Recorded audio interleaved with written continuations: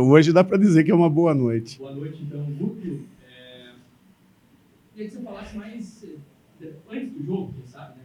Explicar o que está acontecendo no campo, mas especialmente do momento do gol, né? O que representa, que a vitória que representa, de ter buscado nesse cenário que a gente viu também com a torcida se mobilizando, fortalecendo tudo isso. Eu tenho que parabenizar direção, torcedor, que se submeteu a sair de Curitiba, vir até Caxias, ultrapassar os bloqueios e nos empurrar 100 minutos para mais. Cara, isso aí não... Eu acho que a gente ter conseguido ganhar, mesmo com toda a dificuldade que foi a partida, eu acho que passa muito por essa energia que nós recebemos, passa muito por toda a mobilização que foi feita desde o jogo do Fortaleza, junto ao grupo, junto à direção, junto ao staff, e eles conseguiram hoje realizar um jogo de superação, um jogo onde a equipe não desistiu nunca. Eu acho que o grande, não vou dizer segredo, né? Mas o grande trunfo dessa vitória foi não ter desistido nunca. Se não foi melhor, não foi por falta de entrega, foi por circunstâncias do jogo. E um jogo totalmente tenso, né, cara? Um jogo totalmente tenso. Você vê que no primeiro tempo a bola deu na trave, correu a linha e não entrou. E ela foi bater na trave e entrar aos 46 do segundo tempo. Então, acho que premiou o esforço de todos que estavam envolvidos dentro dessa partida e nos coloca numa situação que não é de conforto, não, mas uma situação que nos deixa próximo do nosso objetivo. Nós temos 3 partidas, temos que buscar os pontos necessários. Boa noite. Queria que você falasse um pouquinho sobre o Regis. O Regis, quando ele foi contratado, chegou com uma expectativa alta por conta do que ele fez no Guarani, mas talvez seja um dos jogadores que tem sido mais criticados pelos torcedores nesses últimos tempos, especialmente nessa campanha do Campeonato Brasileiro, e hoje quis o destino que ele entrasse, entrou bem, fez o gol e acabou conseguindo essa vitória muito importante para vocês. Queria que você falasse um pouquinho da importância dele no grupo e também de poder contar com jogadores dentro do banco de reservas. O Regis é um jogador que o primeiro contato de forma direta com ele, porque de forma indireta ele estava no Júnior de São Paulo fazendo a final do Campeonato Paulista contra o Alexandre no Mojimirim. Eles ganharam a final. Depois o Regis passou por vários clubes, tendo destaque em alguns pela marca de goleador que ele sempre teve. E aí eu encontro ele no Bahia e a gente começa uma relação de treinador-jogador de muita cobrança para a evolução dele. Porque ele era um jogador que jogava muito com a bola nos pés e era um pouco relapso na fase defensiva.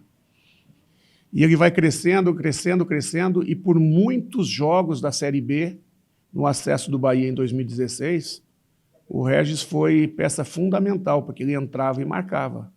O jogo 0-0, ele entrava e marcava. O jogo 0-0 em casa, segundo turno, nós tínhamos que ganhar as 10 partidas dentro de casa, nós ganhamos as 10. Mas pelo menos umas 5 foi gol dele. Depois, na reta final da competição, ele assumiu a condição de titular. De tão bem que ele já estava fazendo toda a diferença. Aí a gente vai para a Copa do Nordeste, o Bahia é campeão, ele é o artilheiro da Copa do Nordeste e eleito o melhor jogador da competição. Aí, no início do Brasileiro, eu saio para o Internacional e ele se lesiona. Aí, depois disso, ele começa de novo a oscilar e vai ter destaque no Guarani. E esse ano, quando nós chegamos, ele estava bastante para baixo, em termos de confiança. O jogador, ele precisa se sentir confiante e precisa de ter oportunidades. Só que para ele ter oportunidades também, ele precisa estar mostrando serviço. E a relação é de pai autoritário para filho relapso. O tempo inteiro nós estamos brigando e o Alexandre está pegando no pé dele. E ele o tempo todo buscando, E já tinha entrado bem, principalmente contra o Inter. Vem crescendo, e hoje pôde fazer a diferença. O que mudou? Mudou o nível de treinabilidade dele, o nível de confiança dele, e ele saber que a gente confia. Ele se tornar titular, faltam 3 jogos. O mais importante do que ele ser titular é ele ser importante. Como hoje o Léo não foi titular e foi importante. Como o Cadorini foi titular e foi importante. Como o Robinho foi titular, enquanto esteve em campo, foi importante. O Galarza foi titular e foi importante. O Egídio entrou no final e foi importante. Eu acho que isso que faz a diferença. O Fabrício, que era titular, até pela fase de recuperação, esperou o momento de entrar, foi importante. Nos outros jogos, nós tivemos vários jogadores sendo importantes, tanto no momento da vitória, como no momento do empate contra o Inter. Então, às vezes, os 5 minutos que o cara oferece, que o jogador oferece, é tão ou mais importante do que os 80, 85 que o outro ofereceu. É tão importante quanto. Ou, às vezes, ele consegue, graças ao trabalho do outro, de desgastar o seu marcador, ele consegue fazer aquela diferença que faltava. É isso que, muitas vezes, o brasileiro não entende. Tem valor quem joga e quem é a reserva. Não é a reserva. É um jogador de importância tanto quanto o outro. Cada um tem a sua função, o seu nível de importância. É importante entender isso. Hoje, no fechamento, eu fiz essa menção a todos eles que entraram no decorrer pela humildade, pelo respeito e pela entrega.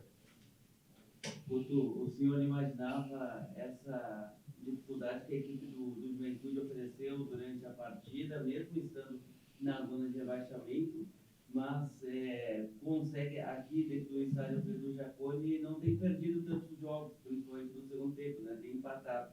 Você imaginava isso? O que foi essencial para a vitória no finalzinho? Bom, primeiro vamos abolir o senhor, né? Eu estou velhinho e tal, mas... né? E você é extremamente jovem, né?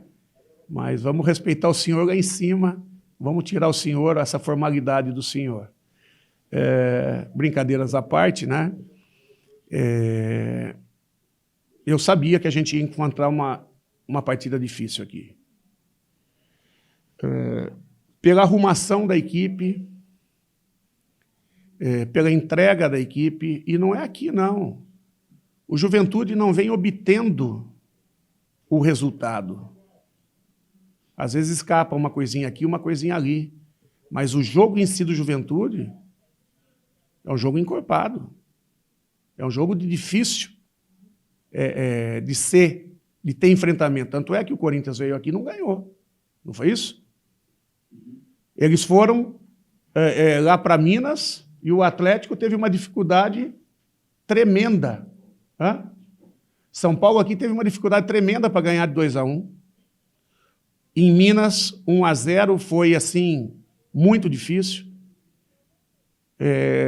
Se puxar no segundo turno, eu acho que em momento nenhum o Juventude foi goleado. Se bobear, não tomou 2 gols de diferença. Eu não tenho certeza, mas acho que não tomou nenhum jogo 2 gols de diferença.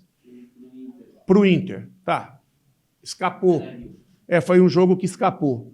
Mas todo o resto dos jogos são jogos parelhos, decididos num detalhe. E, às vezes, o detalhe pode ter sido a favor deles.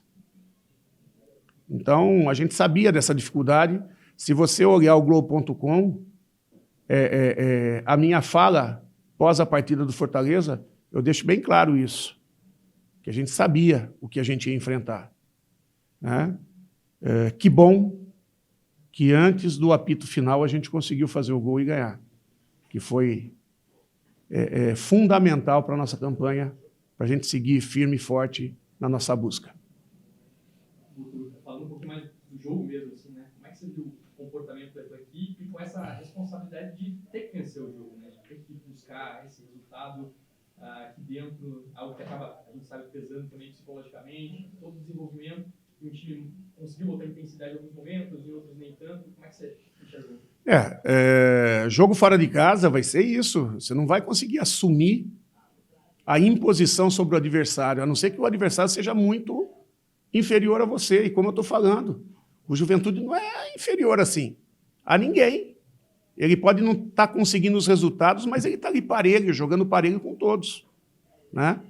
Então eu vejo a minha equipe com o primeiro tempo de bom nível, né? Tivemos perto de fazer o gol, criamos um volume de jogo, como você falou, mas eles também têm o valor deles. E nessas características da equipe, que é uma equipe veloz, que tem um jogador que incomoda o jogo inteiro, ele briga o jogo inteiro, é difícil o jogo de contato contra ele, que é o Pita, ele consegue alimentar os extremos velozes da equipe deles. É um time que tem uma transição muito boa, né? E a gente teve dificuldade. No segundo tempo, a gente voltou, se impôs, aí começa a cair um pouquinho, eles equilibraram, eles encostaram um pouquinho mais, aí a gente fez mudanças, a gente voltou, e nós fizemos um gol no momento que o jogo estava assim, equilibrado. Nós arriscamos tudo e deu certo. Foi um lance de risco.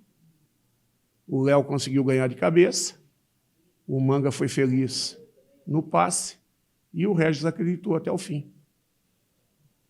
Graças a Deus.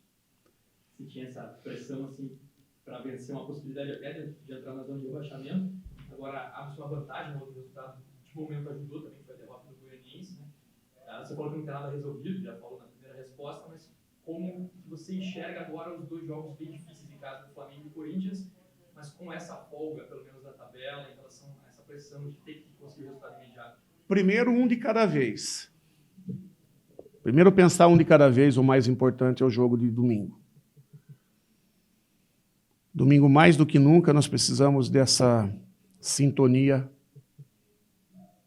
torcida, equipe, lotando o Couto, a gente se poupar ao máximo, se descansar ao máximo, ajustar detalhes e fazer um grande jogo.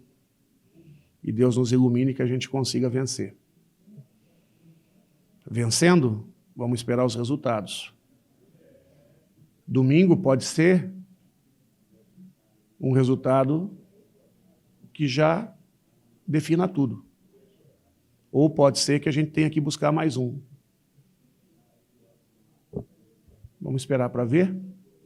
Vamos acreditar, né? Vamos sonhar que Ele tem nos iluminado e todo mundo junto, mobilização total, como está mobilizado direção, equipe, torcida, todo mundo lotando o Couto Pereira e vamos nos empurrar rumo a essa vitória aí.